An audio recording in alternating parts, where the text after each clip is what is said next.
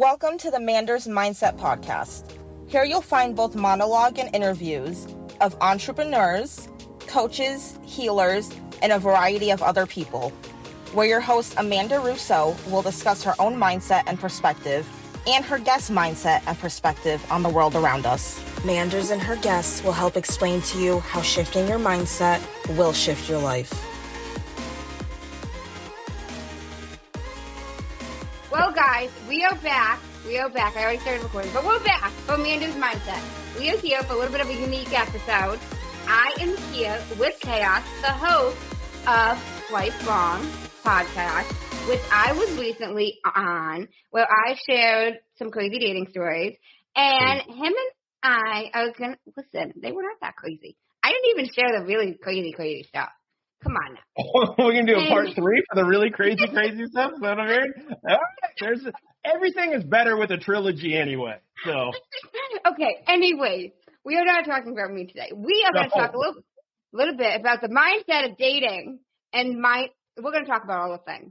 But how are you today? How are you doing? I'm awesome. Thanks for joining me. I'm awesome. I think we've already started with the Manders mindset outtakes before we even started recording, which is even better. So you'll have an outtake version from the breathing goddess, I'm sure. So I'm doing great. How are you? So tell me, what was your hooray for the day? My hooray for the day? Yeah. Probably my hooray for the day was the exchange we had when I first logged in. It was a good time. We had fun trying to figure out what was going on, having a few laughs about it. Honestly, I mean, other than that, it was just a normal, I don't know, it's a beautiful day outside. I drive a Jeep without a top on, so that's never a horrible thing. So, but it was, I think this is going to be my hooray for the day. I'm going to roll with that. Aw, I love that. I mean, why not? Look, this is the third time we've talked. And each time I think we have a good time. We have a bunch of laughs. So, what's not to look forward to? That is true. That is true. So tell me, who are you at the core? Who am I at the core? I'll try to answer this.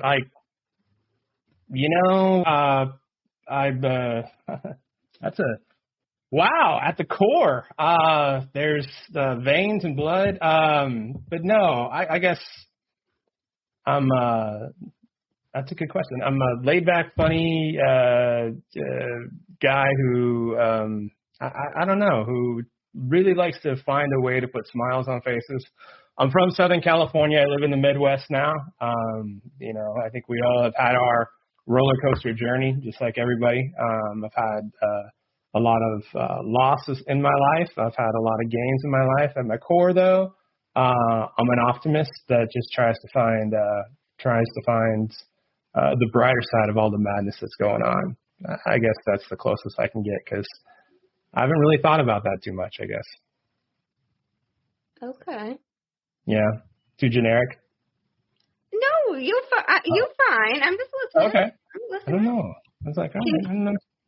Can you take us down memory lane? Tell us a little bit about your childhood background, where you grew up, anything you want to share with that. Once upon a time in a land far, far away. So it's funny. All right, I'll tell a couple of stories. So I grew up in Southern California. So life was really hard when you're growing up around a beach area, right? So your show's about mindset, right? So my mom, she was her high school sweetheart was a professional baseball player. Or he was a baseball player at the time who ended up being a professional baseball player. They had me. They got divorced when I was probably about 5 years old. I found out when I was 20 that this dude was not the guy that put the whole semen in my mom to have me. And that my mom was actually at her best friend's wedding and cheated on him with her best friend's younger brother. And that is who ended up being the guy who was the donator, right? Who donated his kind enough things. So I looked at that as how lucky am I to be here, right? There's no way anybody would cheat on, let's say, a professional athlete with their friend's brother. So that's I guess one step of memory lane. The other steps of memory lane were, let's see, I was, on the beach as much as possible. I remember the scariest moment I had as a kid is I was body surfing and 3 dorsal fins popped up and I thought they were sharks and they were dolphins. I think I cried for hours. Got married when I was in my 20s, divorced in my 30s, and moved around as much as 17 times in 1 year. So I've seen quite a few things. Now, been single for about the past 6 years and live in the Midwest where I get to talk to wonderful people like you. So there's some things in a nutshell, some crazy and some interesting things, I guess. So when you were 20 and you found out who your real dad was, how did you find that out? And have you met him? Yeah. He was, it's funny because my mom's best friend had a son that was my age too. And we kind of grew up together. We were best friends since, we were embryos pretty much. And, so I always knew the guy. I wasn't really close to him. I knew him as my best friend's uncle. And I really had never spent a lot of time even being around him or anything. But ironically, at the same time, I found out I happened to be working for him. And I found out from my mom's boyfriend who enjoyed drinking and was drunk one night and came in and told me. And I remember when I found him, I'm like, no way, that's crazy. And I picked up the phone and called my aunt. And I'm like, hey, can you believe what this clown just told me? And she's like, yeah, look at you guys. You look identical. And I went, oh, shit. So it was one of those things that if you probably find out when you're like 15, 16 years old, you're like, your whole identity is gone and you don't know what to make of it. I think I was like 24, 25, somewhere in that area. And I just kind of was like, it's bizarre. And since I was working for him, all I really did is I went in and I had a conversation with him. Is this true? He's like, yeah. I'm like, all right, man, I'm going to need a week off. I'm going to Vegas. And that was, we really haven't had too many conversations since. So, but it is kind of funny though, like when things get like heavy and like stressful and hard, sometimes I'm just like, man, I shouldn't even be here. So it's kind of a unique perspective I think it's given me. Okay. That's an interesting way to look at it. No, so like, that's interesting. So when you say you shouldn't even be here because your mom cheated on her professional baseball player boyfriend, and you feel that, you think about that when you get stressed out. Well, it's, I guess not just in that scenario, but it can be a go-to. Like sometimes when, I don't know, just life throws a couple curves at you and kind of drowning in, trying to figure things out. It is a little bit of a, I don't know, just kind of gives me a little bit of a smile that there's already been a lot of odds I've already overcome. I mean, what is it? I think it's like 17 billion to 1, I think is the number, or 17 trillion to 1, that we're even people, I guess, as opposed to a chromosome away from a mosquito, if you buy into that or not. So then just throw in the extra mix into it of not just her cheating on a pro baseball player, but just, going out on her husband or whatever. So I don't know, it gives me some sort of comfort, I suppose, and it makes me feel like, all right, cool. All right, I've already defied a few odds. I'm sure I can get over whatever the heck is going in front of me. That guy who took my parking space, I think I'll get over that. Okay. I think that's a great perspective to have, though, because I feel like it could go one of two ways. You could either have that perspective, or you could have the perspective of still believing that you weren't meant to be here and you still shouldn't be here, but you don't. Yeah, that's fair. But no, not at all. I feel like I'm lucky to be here. I'm like, there's a lot of things that had to go my way to happen for me to be here. Because, I look at myself now and I can't swim for shit. So I was the fastest swimmer on that day too. So, like that worked out real well for me also. So yeah, I'm pretty lucky. Wait, you were the fastest swimmer? Wait, are you meaning before you were born? I started swimming. Yeah. So, I mean, that was the day I had to swim the fastest I ever have, and it probably was because I'm not going to drown or anything, but I'm not going to beat anybody in a race except that day. I beat everybody.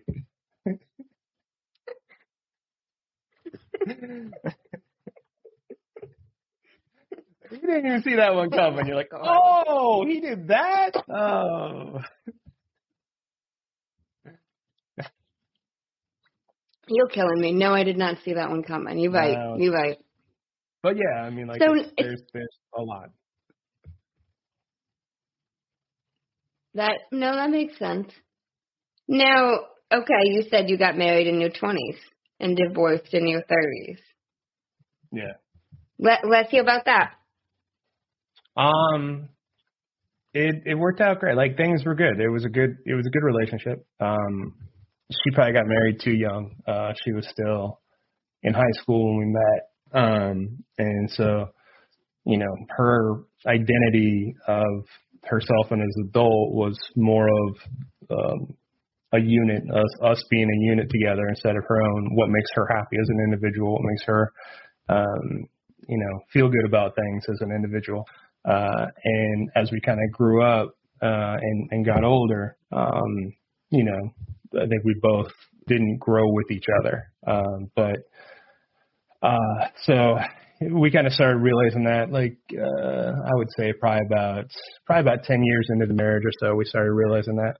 And then we started talking about it. She ended up asking for a divorce, and it was one of those, the marriage was great, but you kind of realize you love each other differently. You're not really in love anymore. You're kind of, you do care about each other. You do look out for each other. You lose intimacy. And maybe that's the normal part of a progression of marriage that you're supposed to work through. And we thought we gave it every effort we could to work through it. But it didn't quite stick. So, I think we were smart enough to realize, like, she's still my best friend. As a matter of fact, we'll go have breakfast with her and her kids every now and then, and we'll catch up. And if life happens, she'll reach out to me or I'll reach out to her. It's more like a sibling relationship now. So it took us a while to get there. As you're going through the divorce, there wasn't any cheating, there wasn't anything really big, but it was a while to kind of redefine the relationship and figure out that we still cared about each other and still were going to look out for each other without bitterness and anger getting in the way. Now, you said you had to redefine the relationship. How were you able to do that?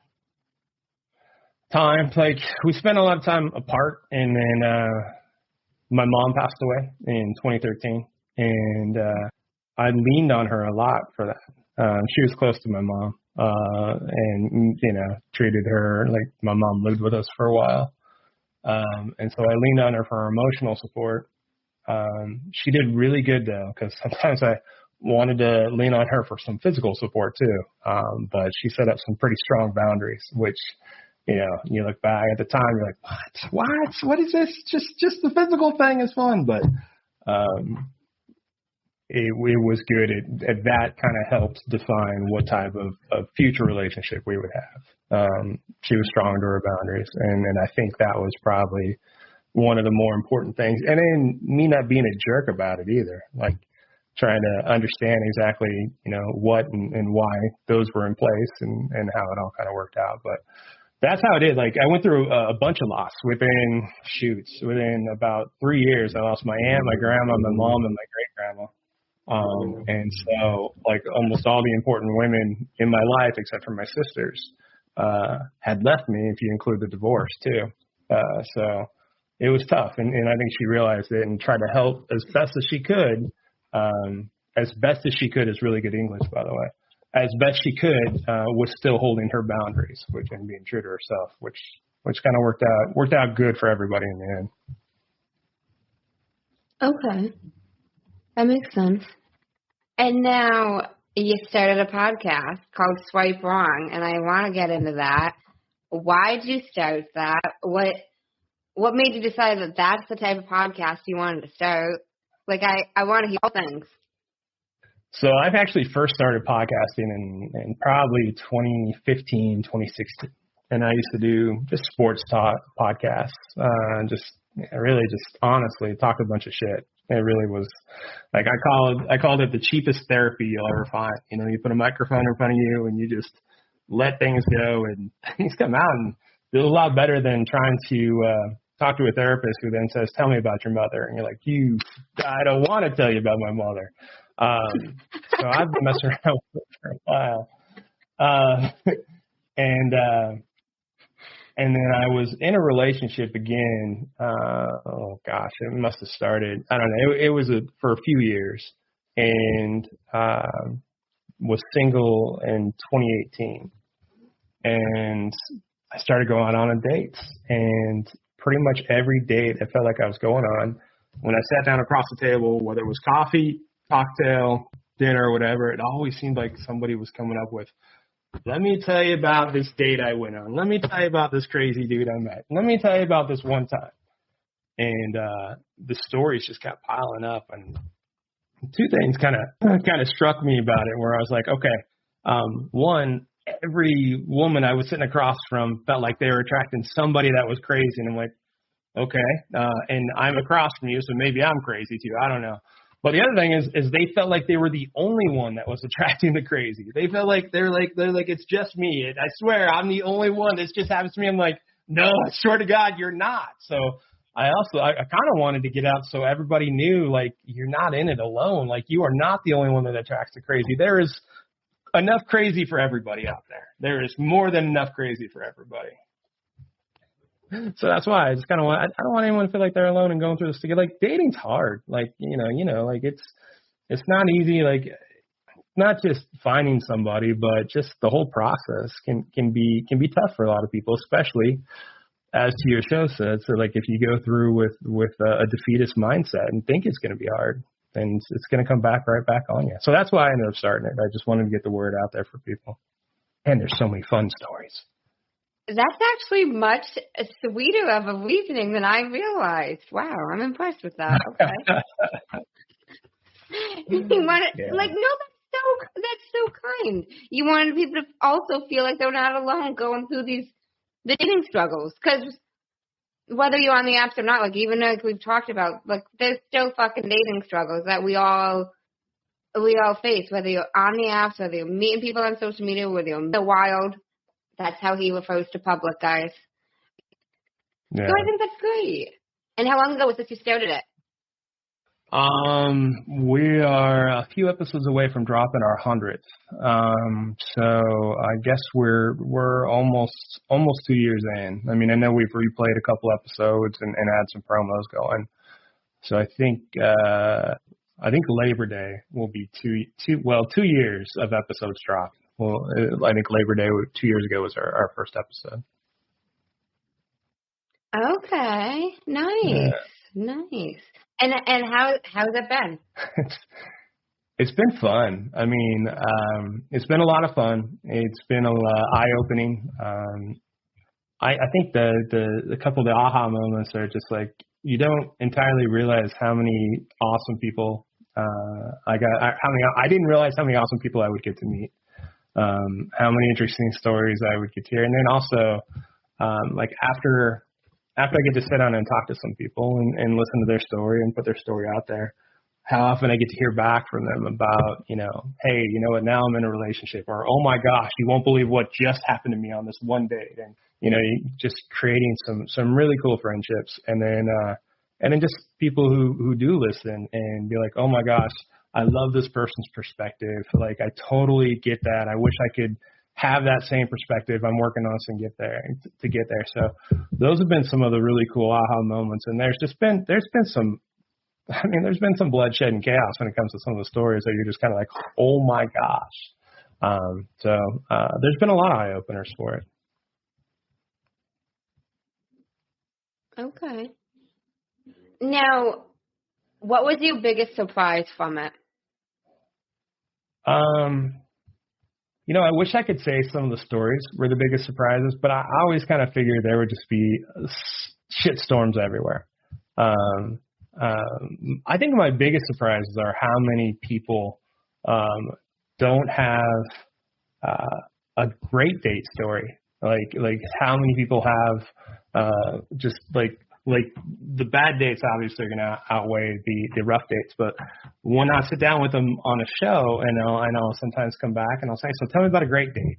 And immediately it's like, there was this one time at band camp. I mean, or, whatever, it really becomes a little bit more of like a memory jog to get to the great date. And that seems like it's one of the biggest surprises of it all is how many, tough ones. And look, the way I see it is I have a friend who I met on the apps and who I've, we've never been intimate, and we just have become really good friends. And she went through about a year's worth of living her best life, and then she found somebody, and she could not stand being on the apps. But then, her take was, and I think this to be true, it was all worth it to find this one person who she's matched up with and having a great relationship with. And who knows if it works out? But in the meantime, the process of it, where she's going, it's all led to this point, and that's one of the things that puts the biggest smile on my face when I hear stuff like that. Well, that's awesome. And that's interesting to me. The biggest surprise is how many people could like a great first date or a great date story. Yeah. I mean, that has been, because it's been, I mean, it's been, it really, I would say out of the 100 episodes, I've asked that question maybe 70 times, and I would say 15 to 20 at most have come up with an answer right away. Wow. And I mean, but my great first date came with all the baggage. So even at that, as in wedding rings. All the baggage. It wasn't just like carry on. It was all the baggage. It was all of it. It wasn't just a carry on. Oh, but that's how it goes. So what was your best first date? See, and I'm the same. I guess I'm the same for a different reason. Like, I can't remember the last time I've really gone out on a date, but I don't have many bad dates because I don't have any expectations. So like when I go into it, I'm really looking forward to just meeting somebody and talking to them and getting to know their story, and just getting to know about them. I don't talk much on a date. I listen more than I talk. I've learned I don't learn a damn thing when I talk, so I try to listen as much as possible. I've had a lot of good dates, I guess, but I've had more I haven't been in a relationship in 5 years roughly, so nothing's really carried on. But my best date was just I could just say sat at a casino with a girl, and it's probably about an hour and a half away, and it was probably kind of like equal distance. She was about an hour and a half away. We met early in the morning. It was in wintertime, and we literally sat in this sports book area for about 5 hours and just bullshitted, really. There wasn't, they ended up getting breakfast, hanging out for most of the day, and it was just talking and getting to know each other. And it wasn't even really gambling out much or watching games or anything. It truly was just not like we knew each other for years. So that was probably my best one. She's awesome. Still close to her. It's just distance causes a little bit of an issue. But other than that, it was one of those where I went into it just not expecting anything and ended up meeting an awesome, amazing person who ends up being a real big, fixture in my life. But, without distance, though, it probably would be a little bit more. Okay. Now, are you currently on the apps? I have them, but I don't really do much with them. What I run into is what I started to run into was people found out I would do the show because I'd talk about it in the profile or have a picture of something with it, and they'd be like, "Oh, you're just trying to get me on the show, aren't you? You're trying to get a bad dating story out of me." And I was like, so people would back off, and I was like, "No, I'm not." And a friend of mine said once, "Look, just tell them not to be a shitty date, and you'll be okay." I'm like, "All right, I can tell them that, but maybe not in the first conversation." So I don't really jump on all that much. I guess I log in to make sure everything's active and it doesn't boot me out or anything like that. But I don't really date through the apps all that much. I have a really big personality, so talking to people face to face isn't really too much of an issue. So why do you make sure it's still active so it doesn't kick you out if you don't really use it? It's more of a promote the show. Almost turned into I've had one, actually I should take it back. I've probably had about 3 people I've gone out with who I matched with, and they asked about the show. And they asked about what it was like and what about it. And they were just getting onto the apps. And they're like, "Look, this is like, I don't know, brave new world for me." She's like, "You want to get breakfast or lunch or something and just talk about it?" And so I would sit down across the table from them, and it wouldn't really be as much of a date as much as it would be like, here's what you can expect when you get on the apps. So it almost turns into, I don't know, somebody looking out for him maybe. Interesting. Yeah. And how often have you done that? It's happened about 3 or 4 times. Not too often, but a few times. Yeah, right. I was like, I didn't see that one coming, but it's cool though. Like okay. It goes back to the same thing of they're not in it alone, and that's just another way of them feeling like they're not in it alone. That's true. Yeah. That's true. So you got no crazy dating stories. Crazy dating story. I had one where I actually put it in as an episode. There was one. Yeah. I think the episode's called "No Need to Floss." And it was because she was missing teeth. That's the only reason I named it that. It's one of those where they don't smile if they don't smile in their any of their profile pictures. Just wonder if there is at least 1 or 2 digits missing inside that mouth. That's the sure sign. But yeah, I definitely had one, and from start to finish, it was an all-encompassing, interesting date. That's for sure. It was one where I'm like, oh my gosh, I'm gonna watch all 20 seasons of Friends before I go out again or something. How did you notice she didn't have teeth? When she was ordering. So like it was a little crazy from start to, well, I shouldn't say crazy from start to finish. Just like if you want to count up the red flags from start to finish, we were putting like, it wasn't just red flags. There was like a pirate flag in there somewhere. There was like, enough to make blankets out of. We could have, So what are some of these flags? What were they? You're telling us the colors. So when I first showed up to her house, her apartment was on the 2nd floor. You walk in and you do the normal thing. You just kind of look around to see what you're walking into.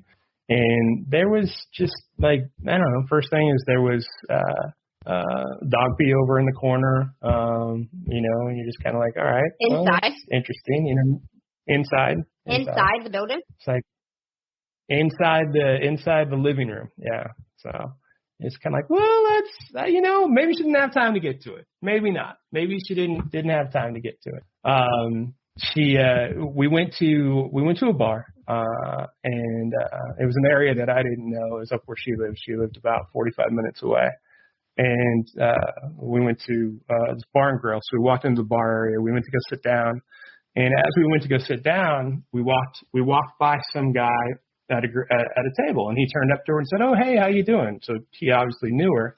And then we walked around Like we walked past him and then like around the other part of his group. And then we went and sat down. And as we sat down, she's like, I don't know who he is, but that girl's across from him is a real fucking bitch. And just, I'm like, whoa, okay. Well, it's good to know. I won't go start. So, and then you're just kind of like, all right, it's just not, maybe there's something going on. So I started asking a little bit, but couldn't tell me why exactly what happened.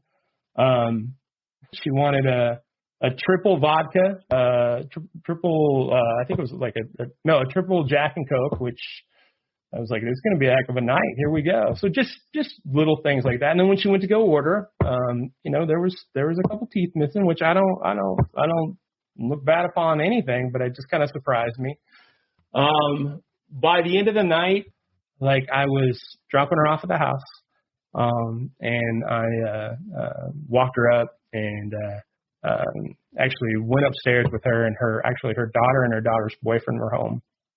And when I went upstairs, I sat down on the couch and she disappeared for a good 20 minutes. And actually I talked to her daughter and her daughter's boyfriend for the time, and they were cool. She came back out in her pajamas, which is fine. I'm like, all right, cool. Time for me to go.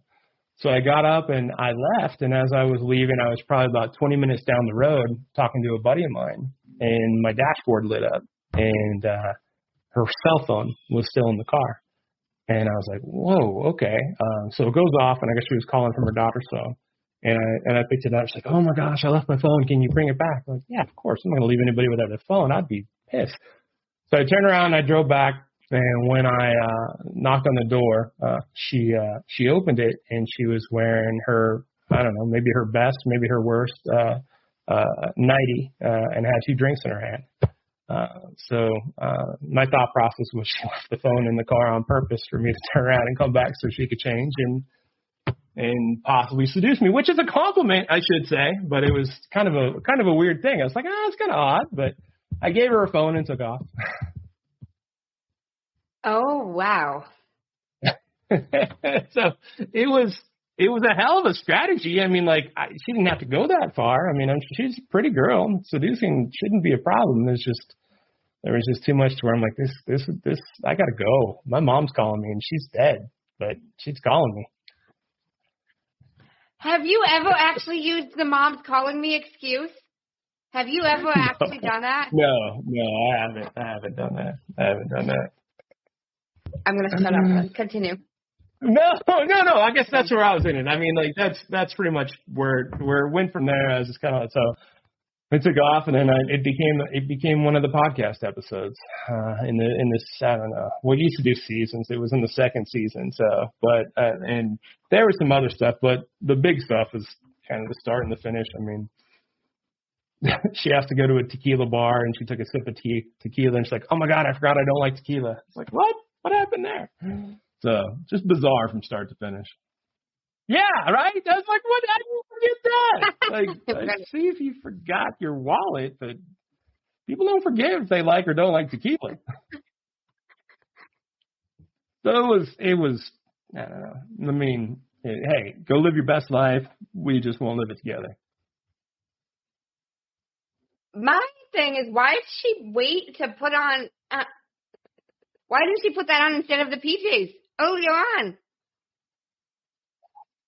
I don't know. Like maybe she had to get rid of her daughter and her daughter's boyfriend, or I don't know. Why didn't you? Yeah, it was way too much work. Okay, like, maybe that. Again, she's a pretty girl. Like, she's not like I'm all about everybody living their best life on the apps. Go have all the sex you want, have a good time. It's one of the funnest things on the planet. Do it while you can, because some people, they can't do it anymore. So she's not going to have a hard time if that's what she wants. But yeah, why make it so complicated? I was like, that's odd. Okay, fair enough. But there's just too much where I'm like, wait a second. No, I know this is going to be safer if I walk home. I would rather walk home right now. And that was a good, hour drive. I mean, no thanks. I would rather walk home than. I had a different question for you now that you've said some of this. Have you ever had, and you might not want to answer this, but I'm going to ask it anyway, a really bad sexual experience that you felt you had to get out of it last minute? You had to make an excuse? I haven't. I can't say. Well, there was. I guess there was. Yeah. So this was a while ago. I brought a girl back to my house, and as we were walking through my house, going to the bedroom, like she kind of wanted a tour, and I was showing her the rooms, and then she was kind of like, "Oh, my whatever would look good in here," and "Oh, my whatever would look good in there," and "Oh, my this would look," and I'm like, and that freaked me out. Like, I'm like, wait a second. Granted, we've been talking for maybe a week or so, but it's really the first time we've met face to face, and she was pretty, and she was a lot of fun. But once you're redecorating my house on the first visit, like, and we go into the room, and she sits on the bed, and I didn't want to sit next to her. My mom was calling me, I think, and I had to go.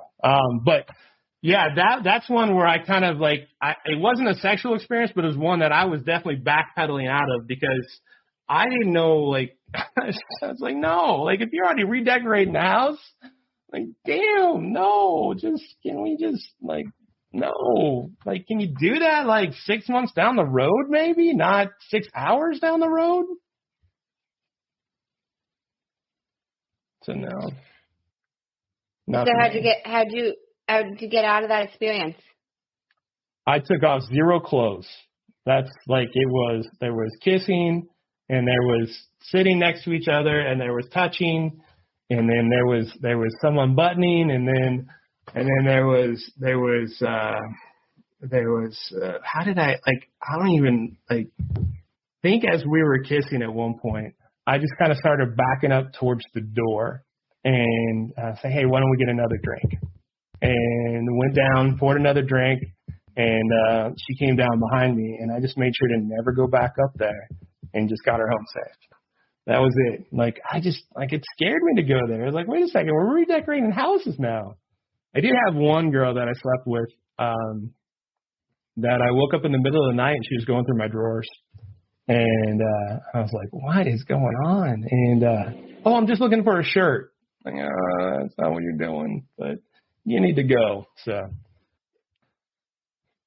How long was it just a one night stand, that woman that was looking through your drawers, or was she like your girlfriend? No, she wasn't my girlfriend. Yeah, that was the first night we had met, or probably the second night we had hung out, but the first night we had sex. So you've gotten some stories. Yeah, I mean, they all were kind of a little while ago, and they were enough for me to go, damn. But like, I guess from some of the ones that I've heard compared to what I have, I feel like mine pale in comparison. Okay. But yeah.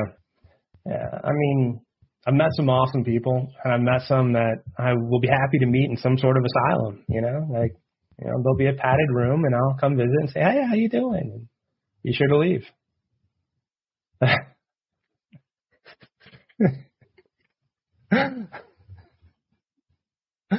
Right? So I'm backtrack a little bit. So you mentioned that you used to have a sports podcast at one point. When did you stop the sports? Yeah, I said as soon as I started Swipe Wrong, the sports podcast kind of ended. Maybe about 6 months before. It was kind of hit and miss. Like, when we do shows, like, I think the biggest thing that we can do for ourselves and for the people who listen is to be consistent, try to drop weekly if we can. And I was so inconsistent with that. That truly was something that I just did to, I don't know, just therapy, my own personal therapy session. So as soon as it seemed like this show was going to catch a bigger audience and be a little bit more entertaining both to do and to listen to than to just have some clown, talk behind a microphone about the Boston Celtics beating the Indiana Pacers last night, then I kind of put more of my focus on that. I've tried a few other ones since then. Like, I did just a general interest one. I called it Chaotic Commentary, and that was fun for a while, but it really I just found I didn't have the time for it. I did a travel podcast for a bit, but kind of like, I'm sure like you run into, you kind of start putting like all your energy towards, you know, one or two things that if you, I kind of felt like the other stuff was drawing away my attention and not putting as much as I should. And I owed it to the people who were coming on the show to put a little bit more effort into Swipe Wrong. So I just kind of canceled everything. So that's probably about 2 years ago I stopped it. Okay. And transition for you. Are you enjoying Swipe Wrong more than the sports podcast? You know, so I am, but like sports is in my DNA. Like you will find me like in my free time. So I live in the state of Indiana, and the state of Indiana is not legal with marijuana like I wish it was, but it is legal with sports betting. You know, because if it was legal with marijuana like I wish it was, I would smoke it in my house. But that's a different story. But that's an inside joke. Sorry. I shouldn't do inside jokes. I'm sorry. But still, I would. I'm serious. I would. But anyway, it's legal with sports betting. So I spend a lot of time betting on sports. So it's a part of my DNA. I used to call Las Vegas my home away from home, because I like when I was living in LA, I would go out there, I would say 2 or 3 times a month, because, you know, a flight out there is, you know, cheaper than gas when you drive. So you just jump on a flight on Saturday night and come back Sunday night sometimes. So it's still in me. I like doing this show, Swipe, better than I like the sports one because of the structure and because of all the great people I get to meet and all the cool stories. But man, let me tell you, sports is just in my blood. Okay. Has sports always been in your blood? Oh, for sure. Yeah. Like, I mean, I think I picked, you know, that when I thought my dad was a baseball player, I guess I would sit in the dugout of the Minnesota Twins dugout when I was a kid, and you know, be a part of the baseball players' lives. And then, you know, baseball, basketball. Actually, growing up in Southern California around the beach, it was volleyball and surfing a lot too. And then when I was 17, one of my best friends, his dad was a bookie. So there was gambling on sports when I was 17, and sure got myself into trouble back then. That was a tough lesson that I got, you know, bruised a couple times on. But yeah, I do love me a good sports betting action. NFL, I'm usually in Vegas about, I don't know, there's about 10 of the 18 weeks that are in the season. Yeah, it's fun. Yeah, it's the recreational side of it, right? I'll call that my medicinal. Comparing sports to weed. They're not the same. I know. But it relaxes me. Like I said in a sports book, that is look, breathing goddess. That is my breathing exercise. There we go. Okay, breathing. Sports and breathing are not the same. No? You need mindfulness. Okay. Well, I mean, you need some sort of mindfulness. God forbid a guy get it wrong. Oh, wait, that's not the right spot. Sorry. Say that again. What do you do for mindfulness practices? What would mindfulness practices be? Give me an example of mindfulness practice. Tell me about your life. What do you consider a mindful practice? What do you consider when I say that? I don't know. That's like, I'm not sure because I don't know. Like, I would say like for just my own mental well-being, I listen to like a lot of YouTube videos from Gary Vee or Eric Thomas about motivation and positivity. I would say that would be my biggest thing. Like when and I don't know if this is like, you're like, dude, we're not even down the right course, but I'll just like, you know, when I went through some of the rough patches, to get myself, I guess, on track, I had to change how I saw things. Like, you know, you get sad, you get depressed, you go through a breakup. This happens, I mean, to most people. It's not like the breakup stinks, but it's also trying to figure out what the rest of your life looks like. Like, hey, I envisioned myself with this person. Now I'm not with this person. What's the next? I mean, is there going to be a next person? And if so, like, we got to define, you know, and you get kind of lost. And that can make people sad. And I went through that and it made me sad. And when I think as I started to listen to, some of the Gary Vaynerchuk, like he was probably the biggest one, even though he's an entrepreneur, just be grateful. I'm grateful you're here. Just go after whatever you want. Just like approach it with, kindness. Kindness is a strength.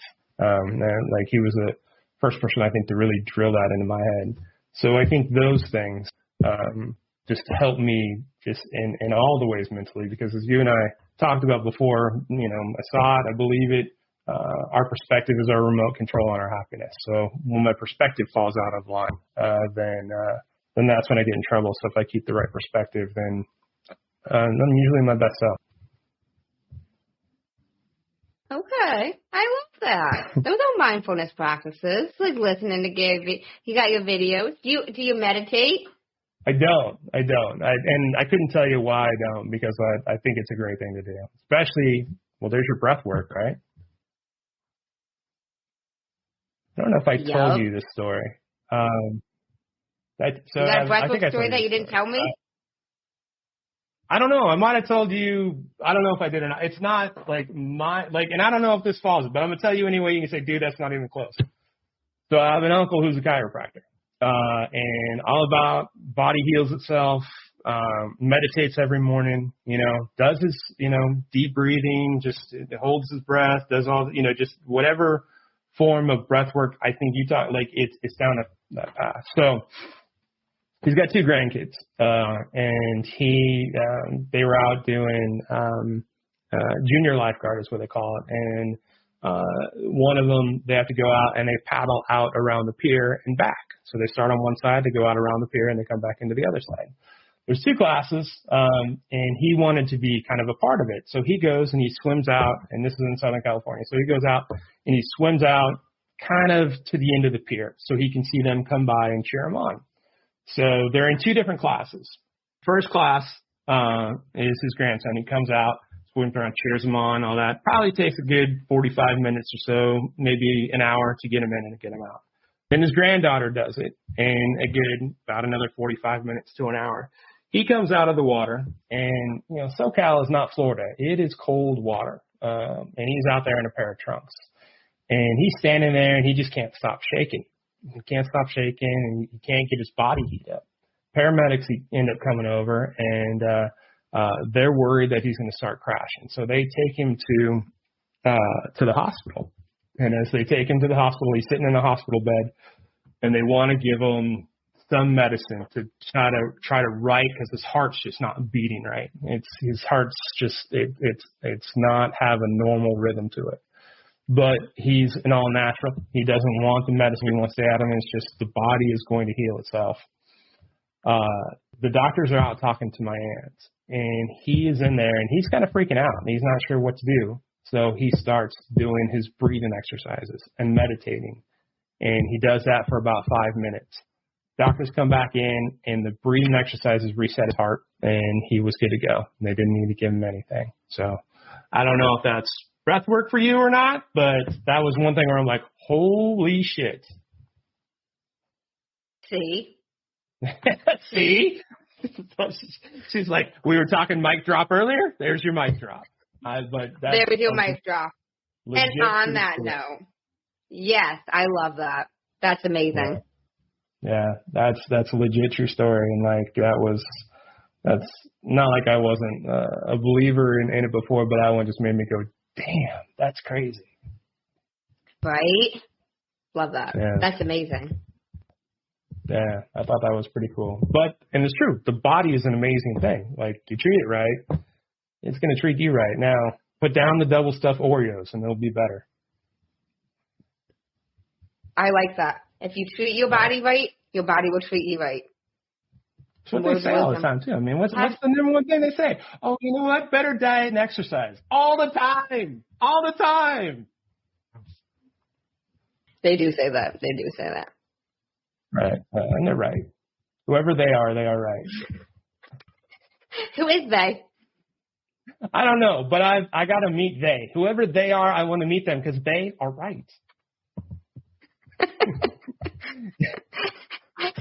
It's not You the don't have any American Medical Association. It's not them. I can guarantee you that. It's not the AMA. They are not they. They are not they. They are not they. AMA is not they. They're just trying to filter way too many drugs. They're trying to cure symptoms, not causes. Oh, I know. That's a whole other conversation I could go on. Yeah, totally. So, but mindfulness perspective, like especially in everything. It's in everything. It's in everything. It's everything. Your mindset is everything. It's in everything. You tell me one thing that doesn't relate to mindset, I don't believe you. You can't find something. Right. You can't find something. Look, I'll argue it. Since I do a dating podcast and I'm coming from this area, I know you get enough experts that talk about other things, but I'll talk about in this. If you go into it with the mindset of this date is going to suck, guess what? That date is going to suck. And if you are going to be like all guys or all girls are crazy, then you're going to find all guys and all girls are crazy. It's just like when you leave the house and say there is nothing but red cars on the road, you're going to see nothing but red cars on the road. It's all the same. But if you go into it saying, you know what, this will be a cool experience. I'm already going to drive 20 minutes to this dinner. I've had some decent conversation with this person. You know what, let's just see if we can get some good food out of this and see what happens. Then you're already ahead of the game. I love that. Any other mindsets on dating that you have? I think it's as simple as possible. I think truly, it really does. Like I've said it, I think since episode 1, and I don't think I'll ever change is, and that's what I said earlier. If you just go into it, just looking for hey, this is going to be a good experience, and don't have any expectations. I know some guys are crazy and think because they pay for dinner that they deserve sex or something, which is the most insane thing I've heard. But if you go into it just saying, hey, I'm going to go have a good time with this person, and there's not all in all, there's a lot of amazing people out there if you just give them a chance to be amazing. So just go into it with going for an experience, and who knows what happens. Maybe you don't vibe enough. Maybe there's no sexual chemistry, but you had a good night. It doesn't mean you're going to be till death do you part. Because if you go in with the till death do you part, that might happen by the end of the night. And you might get a story out of it that you can share on lifelong if it doesn't go well. You sure can. Which you can always let me know, because I want everybody's story. I want everybody's. I want the even the toothless girl who I went out with. I may be she may have said I may have been the red flag. I don't know. So maybe her perspective, but give me everybody's. I want to know, because somebody can relate to it. Somebody's going to listen and be like, I had that happen to me. I get it. And then they'll learn from it. That's so true.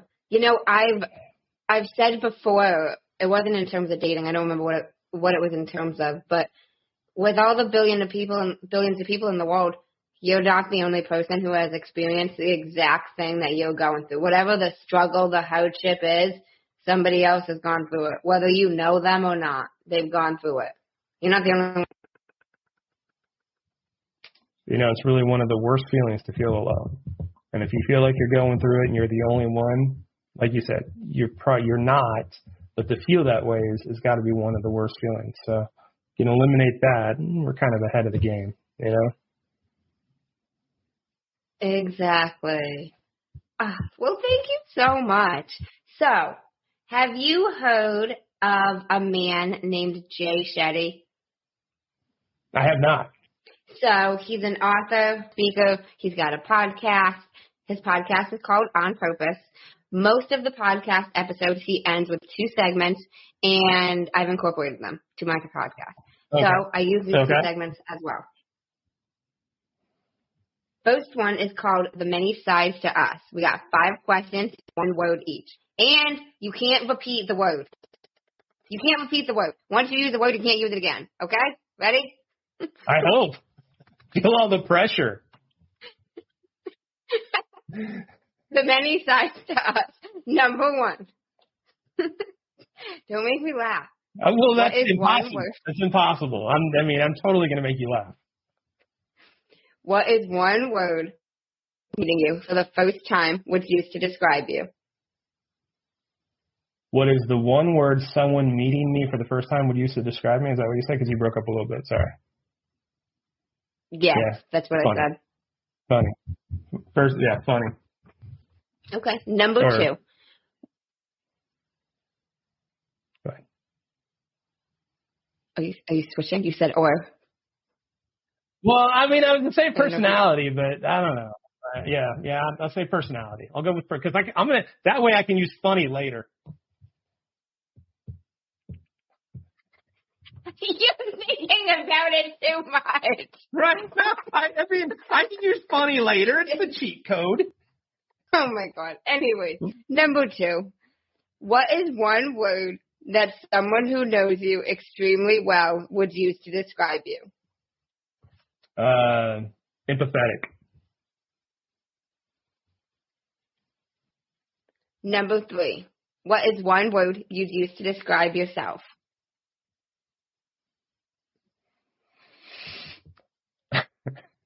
Tan. One word I would use to describe myself. Funny.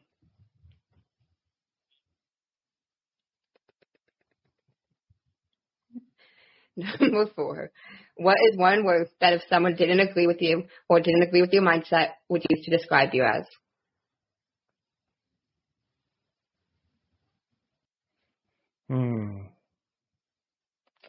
If they didn't agree with me or didn't agree with my mindset, what would they describe me as? That's a good question. I'm not sure what it would be. Like, I would say non-confrontational about it. Like if someone doesn't, I guess the thing is, someone doesn't agree with me, that's actually, I look at that as a way for me to understand that maybe I'm wrong. So I'm not gonna you have to agree with me, I'm right, or we're not friends anymore.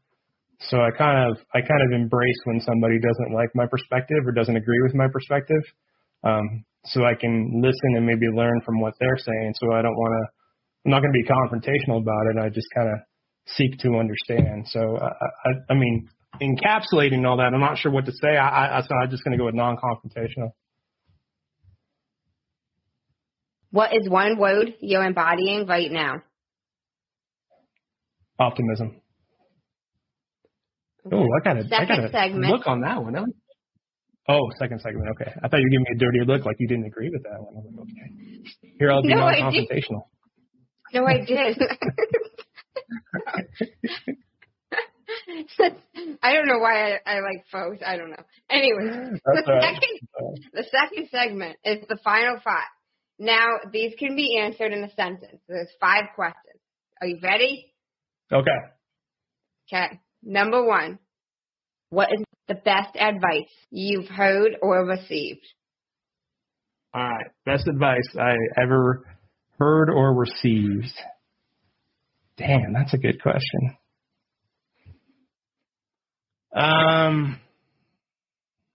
Don't judge people from other people's opinions. Why is that the best advice you've heard? Because there's been too many instances where somebody hasn't liked somebody else, or maybe even thought higher than somebody else, and didn't have the complete story of that person's life. A lot of times, I think we're quick to judge people for just a moment that they're having, and not the person that they are. Like if they're having a bad day, somebody's like, "Oh, that person's a jerk," or "That person's this." And I don't want to base my opinion on a person or something off of somebody else. And now I'll take a little bit of I'll take it with a grain of salt. Like I might go in, a little prepared, but I'd rather get to know somebody and understand somebody from what I'm seeing in front of me than what everybody else is telling me. Number 2, what is the worst advice you've heard or received? Get married. Sorry. The worst advice. Man, I don't know that one. There's nothing that really sticks out to me as far as the worst advice goes. I would, let me say it like this. I think maybe not the worst advice, but the worst feeling people can give you is when they give you, or even if you give it to yourself, any type of feeling of being afraid to fail or not succeed. Like don't try something, or people don't believe in you. Because I can't think of any advice off the top of my head, but I can think of many times where, I've been told not to do something because it wasn't a good idea, because it probably wasn't going to happen. And I think anybody who gives any advice like that, that's absolutely the worst advice anybody could give somebody. There's no reason anybody else's limitations should be put on somebody else.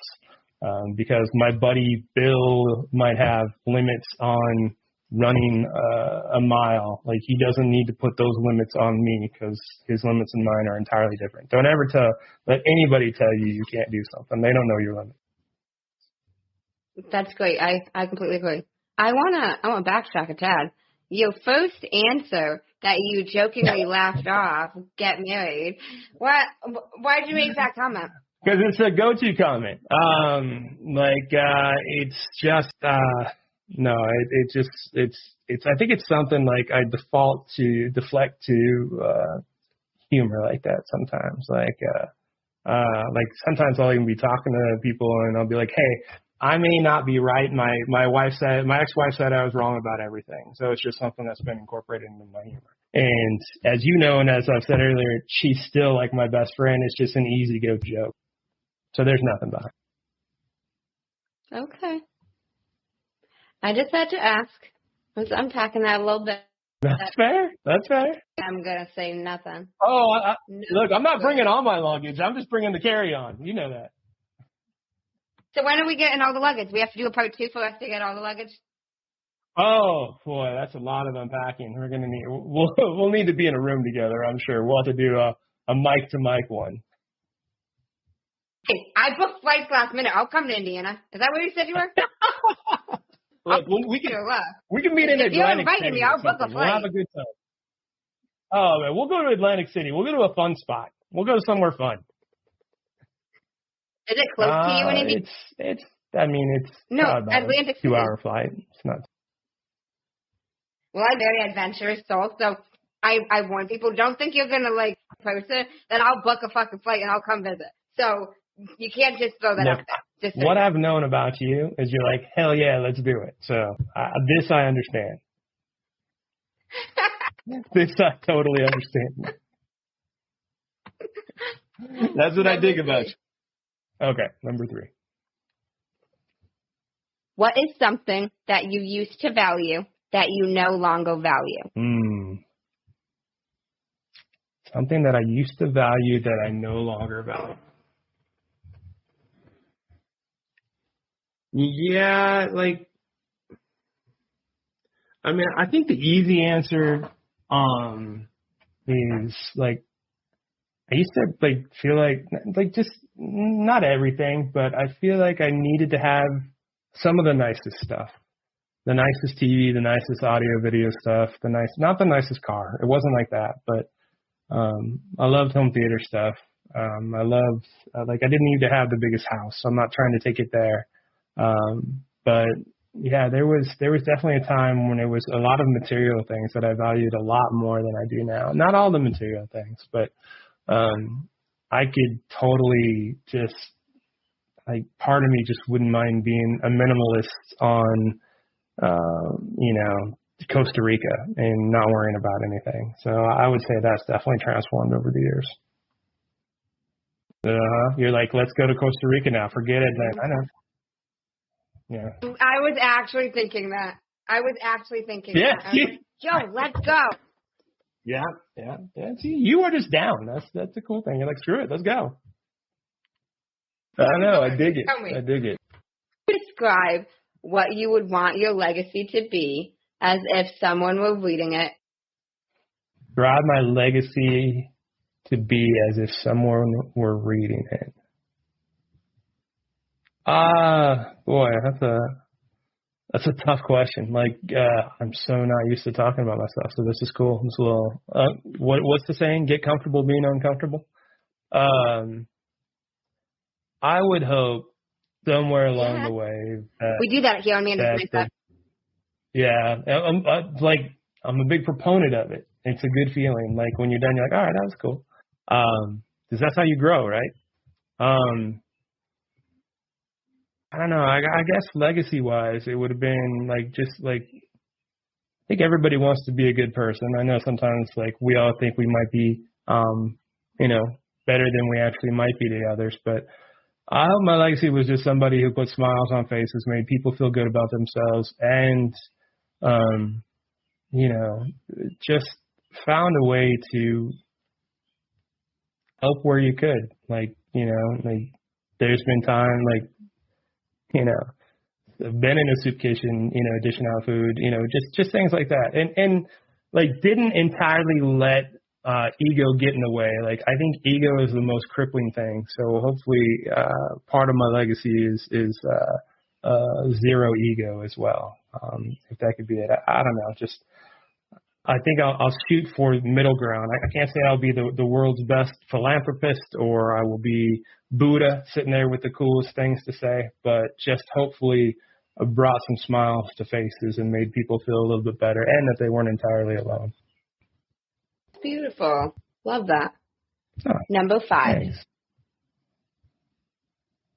If you could create one law in the world that everyone had to follow, what would it be? And I want to know why. If I could create, but then I missed, and then I would know why. So if I could create what?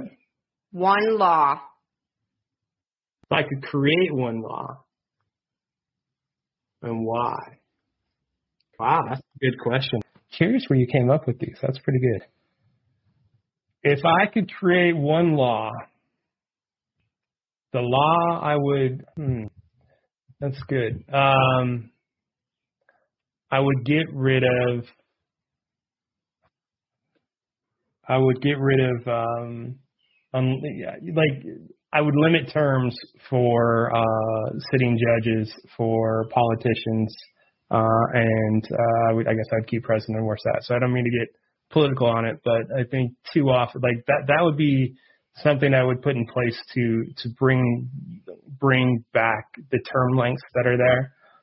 And the reason why is because I think what happens is just as people, we all change. We all you have Gen Z, Gen X, millennials who are still having to adhere to some of the ideals of baby boomers, and it doesn't quite fit what's going on in today's world and today's society. So I think if you want to keep growing and keep making everything a little bit better place, you can't have the same old regime going through there. It's not just a political thing, I guess, but it's just, when we want to get better, we need to keep moving with the times. So that would be why. So not to put a political spin, but that'd be, I guess, the one thing. I'd legalize marijuana everywhere too, by the way. I would. I mean, but that's not, I don't know if that's put in a law, though. I mean, it's not federally legal. Right. So I guess it is legalizing, but it's not, it's saying, hey, this is cool. So I guess that would be. So yeah, they're right on the same scale, right? Those two that I came up with. Politics and fun. So yeah, that's where I would start. Okay. I have one more. This is not a part of the Jay Shetty segment, and those came from Jay Shetty, his podcast, On Purpose. Not create those. I got one more question for you, my dear. Okay. If you had the attention of the whole world for 5 minutes, what would you say? What would I say if I had the attention for the whole world for 5 minutes? I would try not to throw up. It would be the first thing, because I'd be nervous. And then I would say something along the lines of be your biggest fan, not your biggest critic. If you can start to do that, and of course everybody's going to say something along the lines of be better to each other, be patient with each other. But I think a lot of things are so messed up because people are so hard on themselves, and people don't believe they can do things that they can do. So I think the first thing I would want to try to get across is a lot of people, as we will underestimate what we can do in 5 years and overestimate what we can do in a week, and people get discouraged by that. Like you think you can get all this stuff done, and when you don't, you get down on yourself, and you lose belief in yourself, and you just don't realize that if you just stay working towards whatever it is that you're going after and put in whatever effort, like we're so limitless. So I think if I had the attention of people, it would definitely start with be your biggest fan and not your biggest critic. Okay. Awesome. I love that. Well, for speaking with me, Manders Mindset, I really appreciate it. And now where can everybody connect with you? You can see me like a homeless dude walking the streets, or swipewrongpod@gmail.com is probably the easiest place. Swipewrongpod on Insta and TikTok. We have a number. Call us 317-426-6616. Check out the show, text, whatever. I'm just a dude. So reach out and I get back to everybody. It just may take a minute. Okay, sounds good. Well, thank you so much. I really appreciate you being on Manders Mindset. I had a blast. I always love talking to you, girl. Well, thank you so much again. Yeah, my pleasure, girl. My pleasure. And thank you, guys. Hey, guys. I hope you enjoyed this episode with Chris from Swipe Wrong Podcast. I hope you had some laughs and learned to look at the concept of dating and relationships from a different lens, because Chris emphasized how we should go into dating with the thought of experiences over expectations. Because even as I've talked to you guys about before, in terms of other aspects, going into something with expectations can lead you into disappointment because you are expecting a certain outcome or a certain thing to happen. Chris also emphasized the importance of your perspective going into dates and going into life, honestly, in general, is if you have an expectation or have it in your mind that all guys are crazy or all women are crazy, all guys just want me for my body, whatever it is you have in your head, that's what you're going to find. That's what you are going to create your actual reality to be. So again, going into it, embracing the experience, embracing this new opportunity, this new restaurant to try, this new movie to see, this new whatever it may be. Hell, even if it's not a new quote unquote restaurant, even if you've already been there, embracing this new experience, embracing meeting somebody new. It doesn't have to be this big grand old thing. And Chris talks about that all the time also on his podcast, about embracing and not going into it with the expectation of this is the one, this is the person I'm going to marry, I'm going to spend my life with. Embracing it to see it's just right now. Maybe it's just a great dinner. Maybe it's an awful dinner, but not going into it with an expectation of it being anything, allowing it to be whatever it may be. Chris also said something that I loved, and I got to repeat. Your perspective is the remote control for your happiness. Your perspective on life determines your happiness and your joy within life. And I also want to make sure you guys take note of how Chris talked about the incident with his uncle and how it was ultimately his breath and his body that helped him be okay. And Chris said something that I really love and want to emphasize. But he said, if you take care of your body will take care of you. And I think that often gets overlooked. We live in a society, in a world that pharmaceuticals and all of these fixes exist, and they are just treating a symptom. They are not fixing the root issue. But if we take care of our bodies, there will be less issues altogether. So I was blown away at that story. Breathing Goddess me was still like, whoa, okay. So that being said, I just encourage you to keep that in mind. Keep Chris's story in the back of your mind as a little reminder to take care of yourself and to take care of your body, because even like the saying goes, what you take care of flourishes or grows. There's some saying, but the things that you take care of in your life, they will prosper, they will be better quality, they will be more well loved, they will expand. Your body's the same. If you take good care of your body will take good care of you. You can't treat something like trash and expect it to treat you like treasure. Ooh, I don't even know where I came up with that. Okay. Anyways, on that note, you can't treat something, even if it's yourself, like trash and expect it to treat you like treasure. Well, I hope you all enjoyed this fun mindset of dating episode from Chris from Swipe Wrong.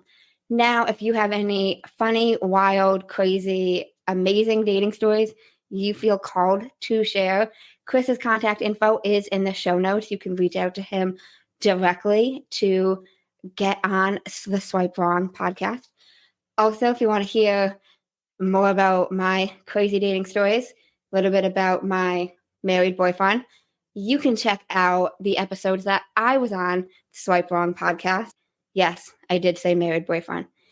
And I'm also going to leave y'all with one more thing in terms of perspective.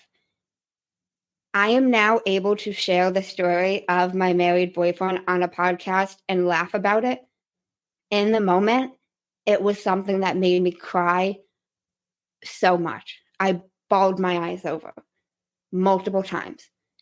And this is a perfect real life example to show me and to show you guys that we often all have experiences in our lives that at one point in the midst of it, it is hard and it sucks and we're going through the fucking trenches and you're just fucking sad.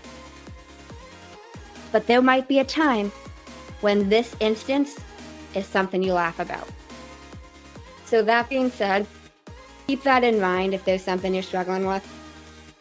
You might be able to laugh about it one day. Well, I hope you guys enjoy this episode and stay tuned for the next episode of Manders Mindset. Thanks, guys. Why do I see two of me, though? Do you still see two? Yes, I see one of me backstage. Oh, you threw yourself backstage. Look at you. You threw yourself backstage. Like, nope, backstage with you. Dude, this is fucking weird. Oh, good thing it's with me, because, like, you know how, like, serious I get about everything. Oh, my God. Ah. This is like the weirdest thing I've ever fucking seen. Of course it happens with me, you know? This has never happened to me. Sure. All the girls say that. Shut the fuck up. That is weird. Well, you'll know what to do. I had two fucking Chrome browsers open, so it won't happen again. Because my Chrome twice. Look at you. Just multiple personalities all over the place. Listen, I am both the breathing goddess and I am Manders mindset. Okay, Right. So that I understand. you guys should just start doing that, and I should have Manders mindset, the breathing goddess, Yep. and then Amanda Russo. I should have all three of us. You're going to be like, excuse me, the breathing goddess is talking now. Manders, you need to shut the fuck up. And you're going to go back and forth. And you're going to have to mute one. And it'd be a pretty fun program. You know? I would get a kick out of it. It would add to a whole different element of your video podcast to it, where you're yelling at yourself while the guest is just going, what is going on? It was kind of fun to watch it all unfold, though. I was a little paranoid. I'm like, this is so fucking weird. Listen, you are delighted to have double Manders spend time with. Right. I could say that I talked to, I was on Manders mindset and talking to the breathing goddess, all two of them at the same time. And it was something nobody else has ever had the luxury of experiencing. Lucky. I was just going to say that. Right. You are the only person who has ever gotten to experience that. So you are welcome. It's my pleasure. Mic drop. Just mic drop right there.